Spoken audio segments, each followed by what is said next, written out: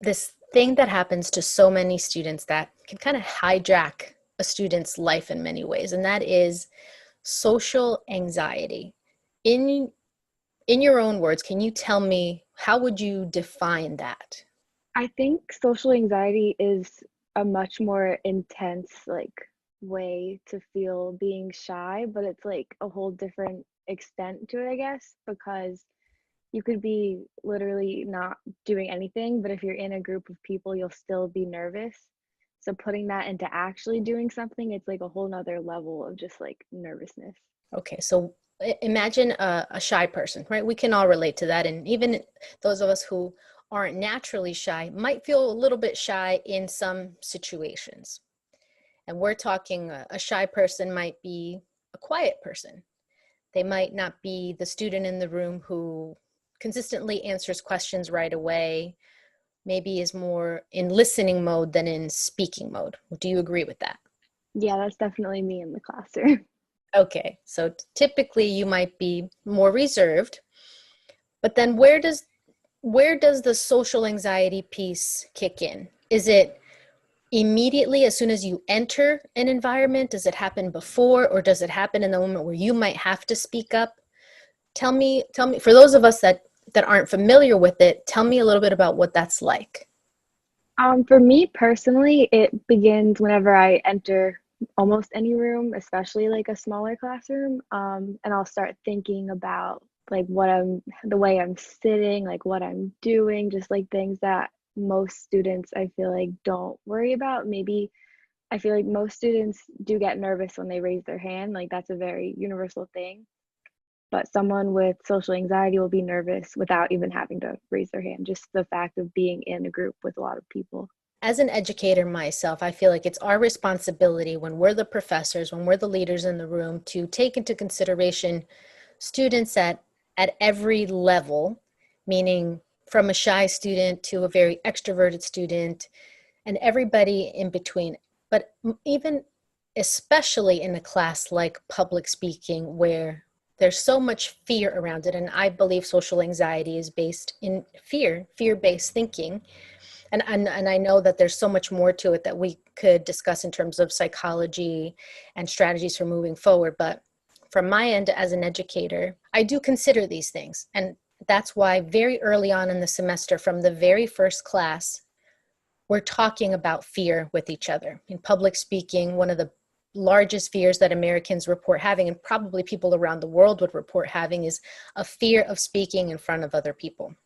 So I'm striving to create an environment where we openly admit that to each other right up front. Did that increase some of the anxious thinking for you? Did it decrease? Was it neutral? Like, tell me what that first day was like when we talked about it. I think opening up about everyone's fears, not just my own, I guess, because that's what I was like, couldn't stop thinking about. It made me realize that I wasn't the only one who was anxious. Even the people who seemed to be very confident and extroverted, like, did have similar fears to me. That definitely made me feel a lot more comfortable from the beginning.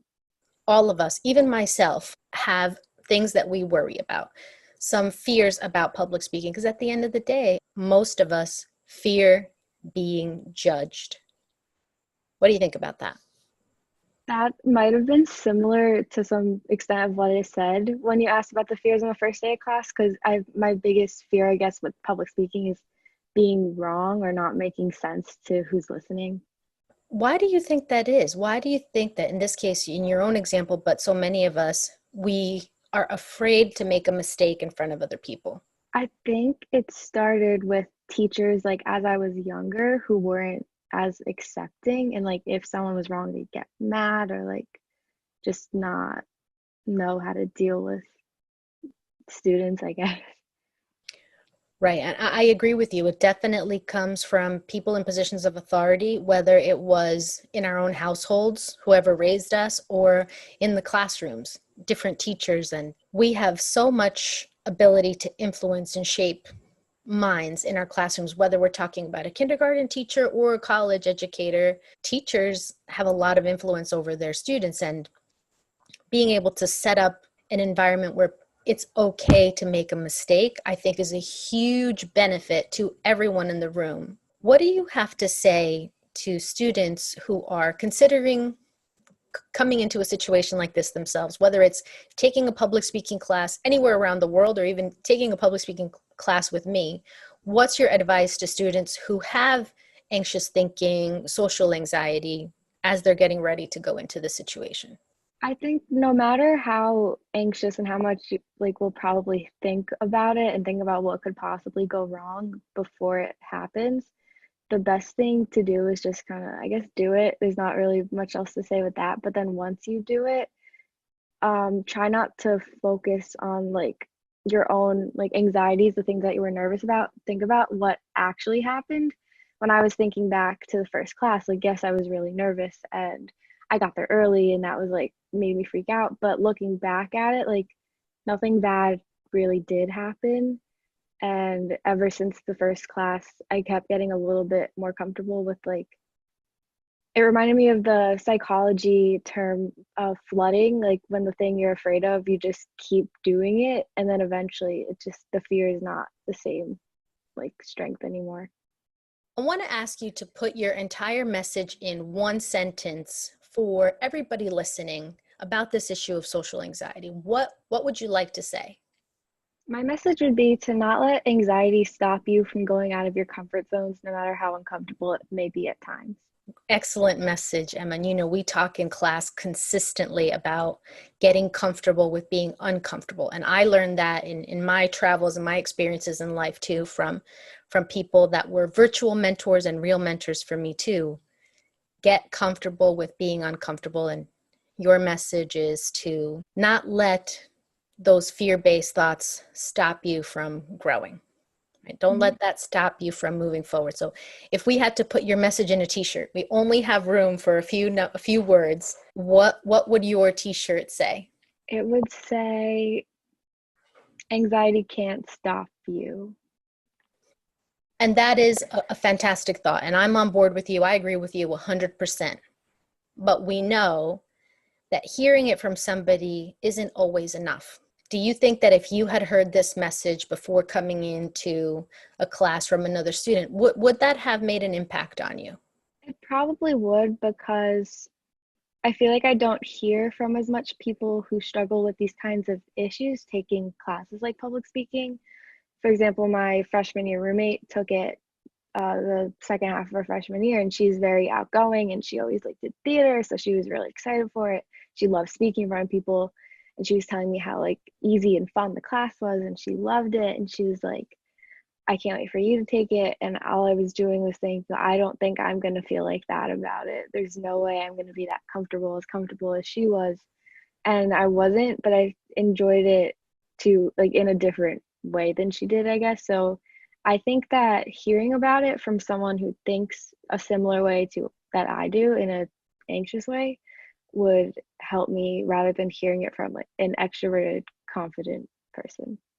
Thank you, Emma, for number one, being open to having a conversation. I know it's not always easy to admit some of the things that go on in our mind that might be perceived negatively by other people, but I think you're sharing a very powerful message and you make a powerful point that information will be received differently from people who've been through a similar situation than those who haven't, or those who are a little bit different from us.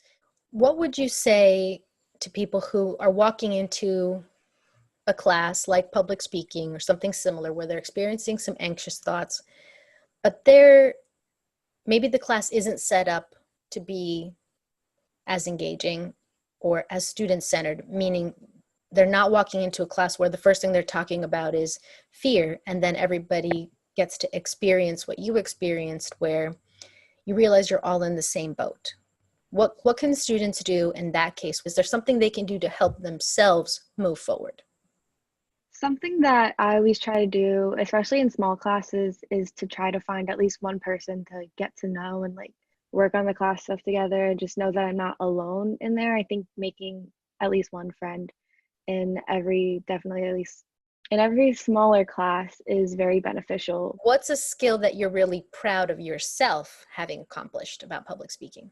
I don't think it's perfect yet, but I'm pretty proud of my improvement with eye contact when we had our speeches in person because That's probably the scariest thing for me, the fact that like I'm thinking about, oh, these people that I'm speaking to, they're actually listening to me and they're looking at me and they're listening to what I'm saying.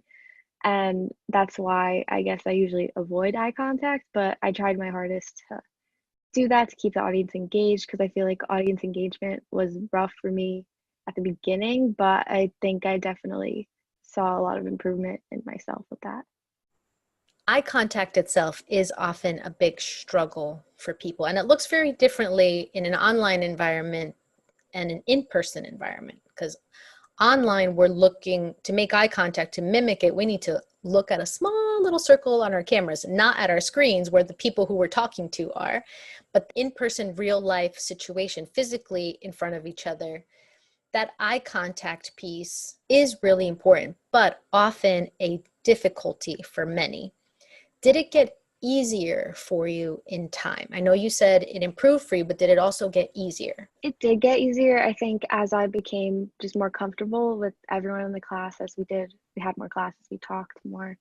And I definitely found it less of a thing that I was forcing, and it felt more natural as it went on. I have an interesting question for you, Emma. I know you're going into your junior year. You were a sophomore when you took this class. If you could go back in time for 15 seconds, you only have 15 seconds to talk to your 18-year-old self, the you that's about to go to college, what do you say in those 15 seconds? I would say to actually try to meet new people, like actually try to speak to people, actually don't just keep it to yourself. Well, it's never too late. Hmm. You have 2 more full years of college, and even though we don't know when we'll be able to physically connect with people, I think we can do the same thing with connecting with others online. So Yeah. I hope that you take that advice for yourself and explore and meet more people these next 2 years. I'd say what definitely helped me the most in college was Greek life, honestly. I didn't know how else to meet people. So then, I don't know, that's what did it. And I think just in general, being in it really helped me because, like, in the short time that I've been there, I have two positions right now. And thinking back, I don't know how that even happened because I was so nervous at first. You're sharing some of the struggles, the things that have kept you back. Yet, I'm also watching you take steps forward. And I'm not saying it's because of public speaking class, I'm not, but I'm hoping that gaining confidence, learning to look people in the eye, learning to speak well, learning to speak with strength has helped you move forward. And a lot of those things maybe were already moving forward for you. But I do believe that taking a class like this in an environment like ours where it really is about helping you move forward. It's not about the grade and it's not about perfect speaking. It really is about I'm starting here. How can I move forward, make progress, and take these skills into this next part of my life? And I love hearing that you've been able to already take these big leaps forward because they're not just tiny steps. Going from door closed, freshman, not really talking to anybody other than my roommate, to holding positions in an organization and being able to look more people in the eye. It's not a small deal. It's actually a pretty big deal. So congratulations. Thank you so much. And you know from our conversations in class too that self-care is a really big deal to me. So I'd love to hear from you. What is something that you did that this is just for me? This is my time, something that I'm doing for me. And my dog's birthday was last week. So my sister and I got like a cute little birthday dinner and then we went to the park and we took cute pictures of her in a birthday hat. So that was I think the last thing that made me really, really happy. And it was nice to spend time with my sister and spend time with my dog. That was last week and it was great. Is there anything, Emma, that I haven't asked you that you'd like to share? I think just one other thing, I guess advice if someone is struggling with anxiety in college would be to not stress too much over getting all of your work done like and in that day because I feel like that's a big thing for people with anxiety, like the fact they have work they won't stop until it's done. But something that I always try to do in college is once it's past like I don't know like 10 p.m. to stop doing my work and watch TV instead or to hang out with friends or just to not I try not to stay up all night studying like I feel like a lot of people do. I'd rather get to sleep earlier and then wake up, I feel like this is just so much better for a lot of things, but also anxiety, because if you're well rested and you think clear, your anxiety is not as intense and you'll get the same amount of work done. You'll just sleep first instead of after.